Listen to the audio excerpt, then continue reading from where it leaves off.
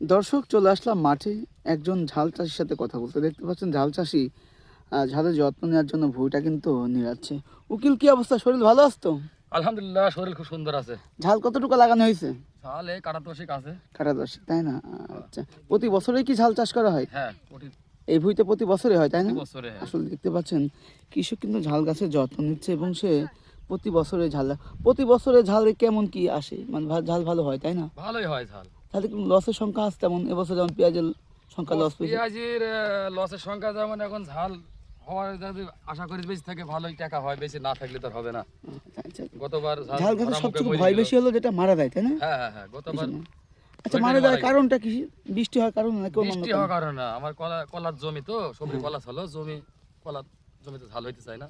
আচ্ছা, যারা ঝাল চাষ করবেন এবং কলার জমিতে যারা ঝাল লাগাবেন, শুনতে পাচ্ছেন একজন কৃষকের মুখে, আসলে কলার জমিতে ঝাল লাগলে একটু সমস্যা হয়, তাই না? সবজি কলা হলো তো ঝাল সেবার টিকিল না, তবে ওই ঝাল মরেও না। ঝাল কত টাকা লাগানো করা হয়েছে? কত টাকা লাগানো? 10 কাটা। 10 কাটা, তাই না? আচ্ছা, তো দিদি, আমরা আরেকজনের সাথে কথা বলবো, যাই সামনে। হ্যাঁ।